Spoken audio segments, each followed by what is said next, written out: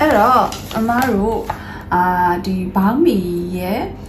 ဘောင်းမီ frame ပေါ့နော်ဘောင်းမီ frame ကိုတင်ပါမယ်အဲ့တော့အရင်ဆုံးဘောင်းမီချုပ်တော့မယ်ဆိုလို့ရှိရင်ရှယ်ရာနော်ဒီကပြားနဲ့အရင်ထုတ်မယ်ပေါ့နော်ကပြားနဲ့အရင်ထုတ်ပြီးတော့မှချုပ်မယ်ပေါ့အဲ့ခါကျရင်ကိုကလိုချင်လဲရတယ်ဘယ်ဘွားလိုချင်လဲရတယ်ပေါ့နော်အဲ့တော့ကိုရှယ်ရာဒီအရှိကန် frame လေးဆွဲမယ်ပေါ့နော် side check ပေါ့နော်အဲ့အောင်မှာကိုယ့်ရဲ့ကိုယ်တိုင်းနဲ့ဆွဲလို့လည်းရတယ်ဒီ site အတိုင်းလည်းသွားလို့ရတယ်ပေါ့နော်ခင်ဗျားတော့လောလောဆယ် medium site အတိုင်းနဲ့ပဲဆွဲပြမယ်ပေါ့နော်ကိုယ်တိုင်းနဲ့ချုပ်ချင်တယ်ဆိုလို့ရှိရင်တော့ဒီမှာပြထားတဲ့အတိုင်းခါးရဲ့တင်အကြရဲ့ခွားရဲ့ခါဒူနော်နောက်ပြီးလို့ရှိရင်ပေါင်ပေါ့ပေါင်ဆိုတာကပေါင်လုံးပတ်ပေါ့နော်အဲ့ပေါင်ပတ်လေးကိုတိုင်းပေးရတာဒါကကြောင့်အရှိပေါ့နော်အရှိမှာမှသူက3ခုရှိမယ် site ကနော်အတိုလေးရှိမယ်အလဲအလိုက်ရှိမယ်အရှိရှိမယ်ပေါ့နော်အဲ့လိုမျိုးဒါကတော့ site check ပေးထားတယ်ပေါ့နော်ဒီ site check နဲ့ပဲ share တို့ ready to wear တော်တော်များများကိုထုတ်ပြီးချုပ်တယ်ပေါ့နော်အဲ့တော့ဒီမှာဆွဲပါမယ်နော်ဆက်ခါကျ medium size နဲ့အရင်ဆုံးဆက်ပြမှာဖြစ်တဲ့အတွက်ဒီဟာလေးကိုသုံးရမှာပါ share ပါနော်အဲ့တော့ဒီဥစ္စာဆွဲရမယ်ဆိုရင်ဗာတိရမယ်ပေါ့နော်ဒါ share တော့ဒါချုပ်နေကြဆိုတော့တခါတည်းတွက်ထားပြီးသားဖြစ်နေရပေါ့နော်အဲ့တော့ဒီလိုမျိုး frame ဆွဲရမယ်ဆိုဗာတိရမလဲဆိုလို့ရှိရင်အရင်ဆုံးခါတိရမယ်နော်ခါတီးရမယ်တင်အကြတီးရမယ်ခွာတီးရမယ်ခါဒူးအရှိအဲ့ဒါတီးရမယ်เนาะပြီးသားလို့ရှိရင်ကျတို့ကကိုယ့်ရဲ့ခါပေါ့เนาะခါကျတို့အတူကောက်တူပဲလို့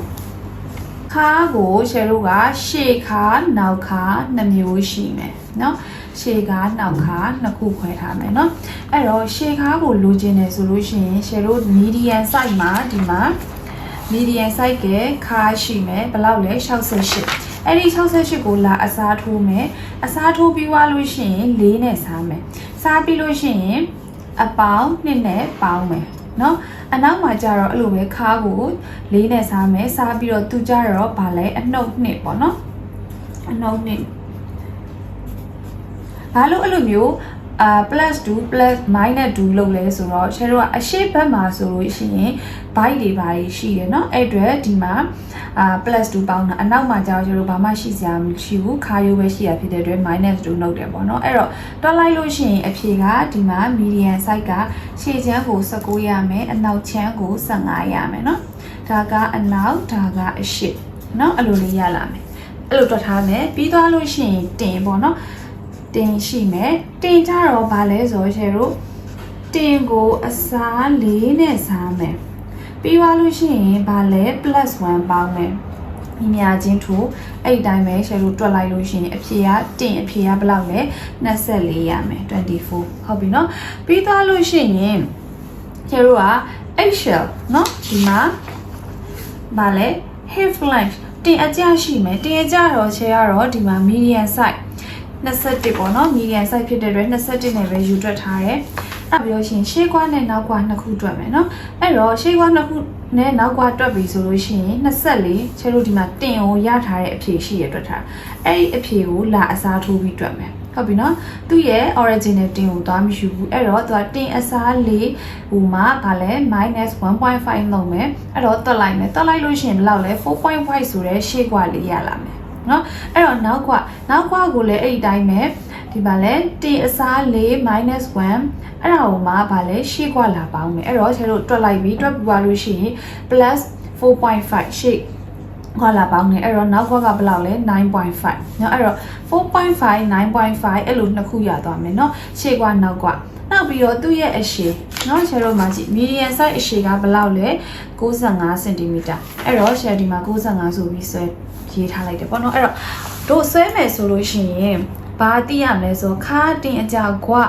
ခါတူအရှိကြရင်ဒီတိုင်းအစင်လိုက်သွားရမယ်နံပါတ်1ခါเนาะနံပါတ်2ကတင်အကြနံပါတ်3ကကွာเนาะနံပါတ်4ခါတူနံပါတ်5ကကြတော့အရှိအဲ့လိုမျိုးသိရမယ်ဟုတ်ပြီเนาะကဲအဲ့တော့အဲ့ဒါကိုမှ share တို့ဒီမှာဆွဲမယ်ပေါ့เนาะအဲ့တော့ဒီစက်ကူမှာစဆွဲမယ်ဒီမှာခါပြီးလို့ရှိရင်ဗာလဲတင်အကြကိုမတို့ဒီမှာလာကြည့်မယ်เนาะတင်အကြက medium size ကဘယ်လောက်လဲ21เนาะတင်အကြက21เนาะ အဲ့ဒါပြီးလို့ရှိရင်ကွာတခါရေးထားလိုက်မယ်ကွာက20ကွာက20ခွန်เนาะတင်အဲ့ပြီးလို့ရှိရင်ခါဒူ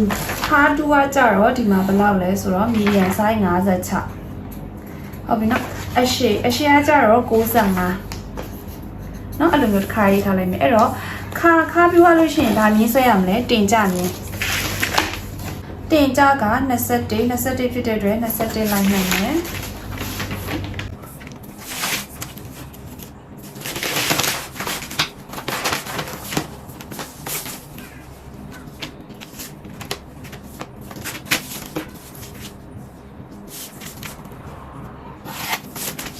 ပြီးကြလို့ရှိရင်အဲ့တော့အမတို့ကဗာလဲခါမြင်းဆွဲမယ်အပေါ်ကနေပြီးတော့5 cm ဒီရဲ့ထိတ်ကနေပြီးတော့ဒီကိုဘယ်လောက်လဲ5 cm မြင်းတစ်ချောင်းဆွဲထားလိုက်မယ်ဆွဲပြီးလို့ရှိရင်ဒီကနေဒီကိုတင်အကြား21ဆွဲမယ်เนาะတင်အကြားဟုတ်ပြီเนาะတင်အကြားကဆယ်တို့ဒီမှာဘယ်လောက်လဲ21เนาะဒီမှာလာကြည့်ရမှာဟုတ်ပြီเนาะ HL เนาะ HL မြင်းဟုတ်ပြီเนาะဒီမှာ HL မြင်းတင်အကြားเนาะပြီးသွားလို့ရှိရင်ဘာဆွဲမလဲဆိုတော့ကွာကဘာလဲ20ခွန်ဒီမှာเนาะကွာက20ခွန် medium size ဆိုတဲ့အတိုင်းเนาะစီရောအဲ့ဒါကိုရှယ်လို့လာဆွဲမယ်အဲ့ကွာကိုလည်းခါကနေပဲတိုင်းမယ်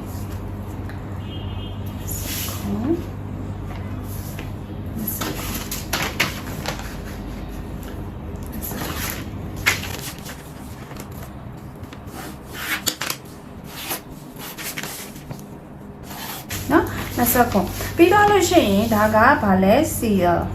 ဟုတ်ပြီနော်အဲ့ပြီးလို့ရှိရင်ကွာဆွဲပြီးသွားပြီကွာလို့ရှိရင် share လို့ဘာလဲဆိုတော့ခါတူးဆွဲရမယ်ဟုတ်ပြီနော်ခါတူးက medium size က56အဲ့ဒါကိုခါကနေပဲလာထည့်မယ်ခါတူး56ကိုခါကနေပဲလာထည့်မယ်နော်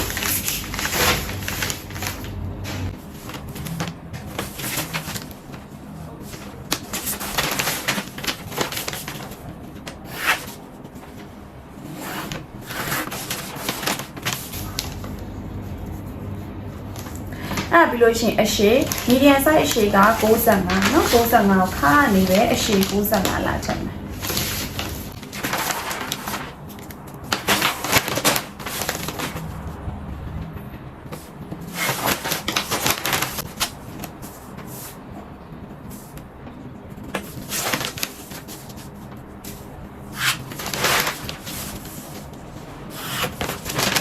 အဲ့ဒီ65အဲ့တော့ဆရာတို့ကကုန်လုံးထည့်ပြီးသွားပြီပေါ့နော်ထည့်ပြီးသွားပြီဆိုလို့ရှိရင်ဒီဘက်ဆိုင်ဘက်ကနေပြီးတော့ချက်က7 cm လောက်ခွာလိုက်မယ်เนาะဒီဘက်ကိုဘယ်လောက်လဲ7သုံးမဟုတ်တန်းကြိုက်တာခွာလို့ရတယ်เนาะဒါမှမဟုတ်ချက်8 cm လောက်ခွာလိုက်မယ်ဟုတ်ပြီเนาะဒီကနေဒီကို8 cm မှတ်လိုက်မယ်ဒီကနေဒီကို8 cm เนาะအဲ့တော့ဒီဥစ္စာကိုဆက်လိုက်မယ်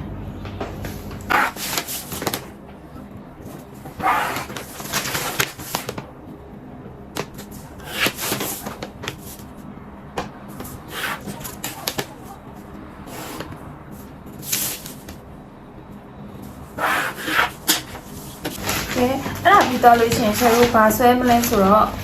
တင်ကိုဆွဲမယ်။ဒါလည်းနံပါတ်1တင်ကိုဆွဲမယ်။တင်အားကြတော့ဆယ်တို့တွက်ထားတာဘယ်လောက်ရလဲ24ရထားတယ်။အဲ့တော့24ကိုလိုက်ထည့်မယ်နော်။ချက်ခဲတဲ့လေးနဲ့အရင်မှတ်မယ်နော်။တချို့မသိကြတာတွေကြားလို့ရှိရင်ဒီထည့်ရလွယ်အောင်လို့နော်။အဲ့တော့ခုနကဒီဘက်မှာ8 cm ရဲ့အပိုထားတာပေါ့နော်။တကယ်တော့8 cm ဆိုတာရှင်ကဟိုဘက်မှာအပိုထားတာပေါ့နော်အဲ့အပိုထားကနေပြီးတော့မှဒီဘက်ကိုတိုင်းလိုက်မယ်ဘယ်လောက်လဲ2424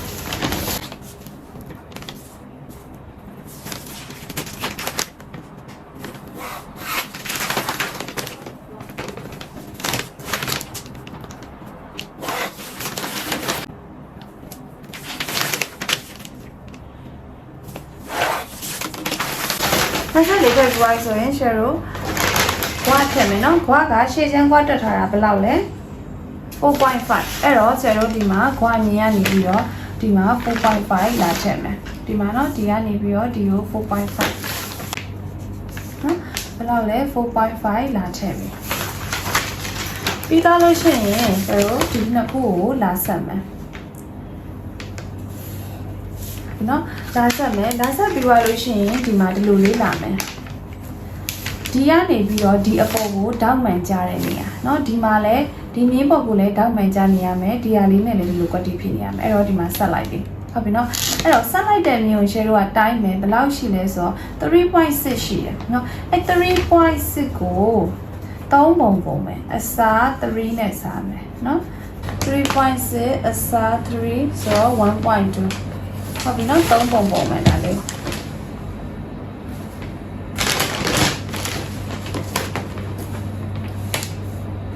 1.2 3ပုံပြလို့ရှိရင်အဲ့နှစ်ပုံနေရာနေပြီးတော့ share white ကပါကွာအောင်เนาะအဲ့လိုမျိုးမှတ်ထားလိုက်မယ်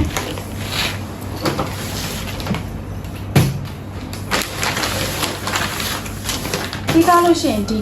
ထိတ်ကိုကြတော့အထဲကို1 cm ဝင်မယ်1 cm ဝင်မယ်1 cm ဝင်ပြီးတော့ share တို့ဒီမှာခဲတံလေးနဲ့ရှာပြီးခဏဆက်ထားလိုက်မယ်ဒီကားလို့ရှိရင် share တို့ white မယ်เนาะ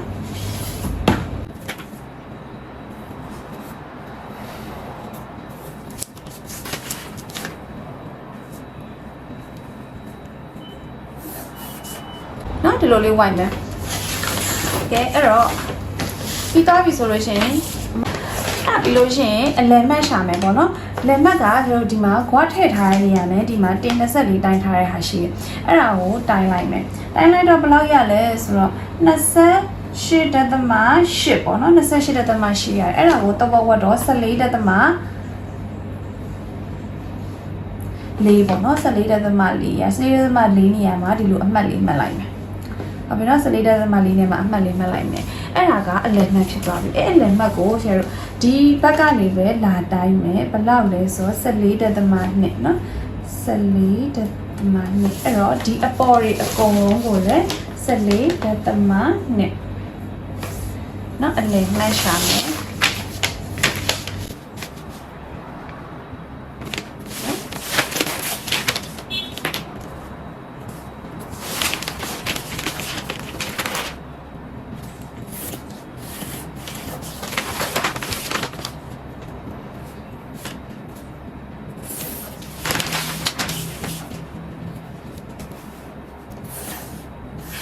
အလယ်မှတ်ရှာလိုက်ပြီးသွားပြီပြီးသားပြီဆိုလို့ရှိရင်ကျတော့ဒီကနေဒီကိုလည်း1ဝင်မယ်1ဝင်မယ်ပြီးရင်1 cm ကဝင်မယ်အပေါ်က1.2 တက်မယ်1.2 တက်မယ်နော်1.2 တက်မယ်နော်ပြီးသားလို့ရှိရင်ကျတော့ဒီအမှတ်ကိုဒီလိုမျိုးလာဝိုင်း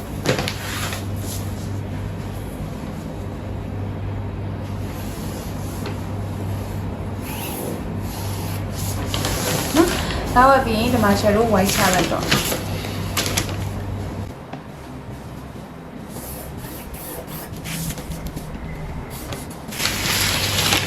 ဲအဲ့တော့အောက်ဖက်မှာချက်ပြောချင်တာကနော်အဲ့ဒီ small ကနေပြီးတော့ HL လောက်ထိကိုဒါဒီပုံလေးကြီးတိုင်းသွားမယ်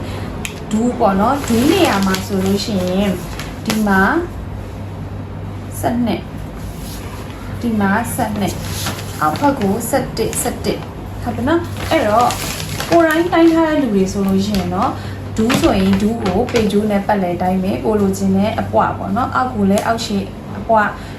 ကိုလိုချင်တဲ့အပွားကိုတိုင်းပြီးတော့လာထည့်ပေးမယ်ပေါ့နော်ဒီမှာကတော့ကျ site နဲ့သွားတာဖြစ်တဲ့အတွက် site နဲ့သွားတာနဲ့တည်းများ small ကနေပြီးတော့ကျတော့ HL လောက်ဒီလောက်နဲ့သွားလို့ရတယ် left side HL လောက်ဒီပေါ့နော်ဒီအလုံးနဲ့ပဲသွားမယ်အဲ့တော့ဒီအလယ်မြင်းကနေပြီးတော့ဟိုဘက်ကိုစနစ်ဒီကနေပြီးတော့လဲဒီဘက်ကိုစနစ်နော်ပြီးတော့ရင်ဒီအောက်ထပ်အလယ်မြင်းကနေပဲဟိုဘက်ကို17ဒီကနေပြီးတော့မှ17နော်အဲ့တော့အောက်ထပ်ကတော့ရိုးရိုးပဲချယ်လို့ဒီတိုင်းလေးဆက်လိုက်မယ်နော်ခဲတံလေးနဲ့အရင်ဆက်မယ်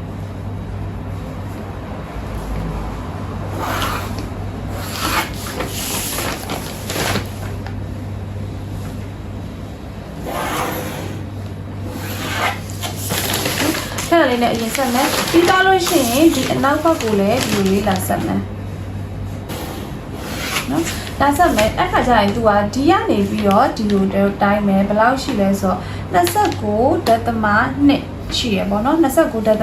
တဝက်ဝက်မယ်နော်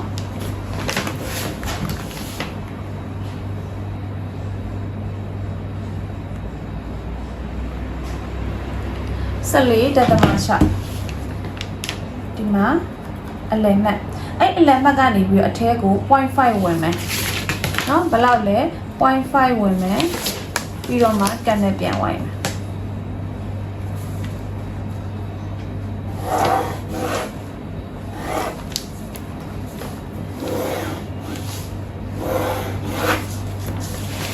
နော်ပြီးလို့ရှိရင်ဒီနားလေးတွေထောက်နေတယ်ဆိုရင်ဒီနားလေးတွေကိုဖြည့်ပေးမယ်အဲ့တော့ soft တွေနဲ့တစ်ခါလေးဆက်လိုက်တော့မယ်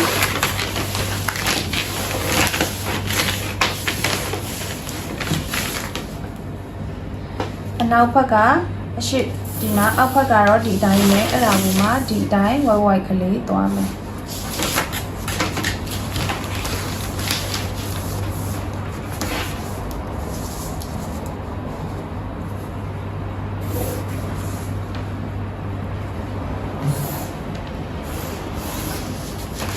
အဲ့လိုလေးတော့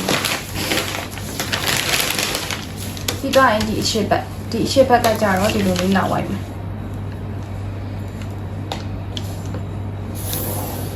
လို့ဒီလာဝိုင်းအဲ့ဒါမှ share ကိုဒီမှာထောက်နေတဲ့နေရာလေးဆိုရင်ပြန်ဖြည့်ပေးပါမယ်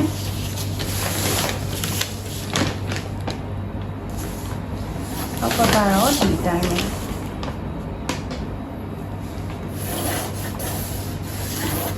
เนาะအဲ့တော့လုံးဝနောက်ခြေချမ်းတစ်ခုလုံးပြီးသွားပြီပေါ့နော်အဲ့တော့ share ကိုခြေချမ်းတစ်ခုလုံးပြီးသွားပြီပေါ့နော်အဲ့လိုမျိုးလေးပြီးသွားပါပြီအဲ့တော့နောက်ချမ်းကိုစဆွဲပါမယ်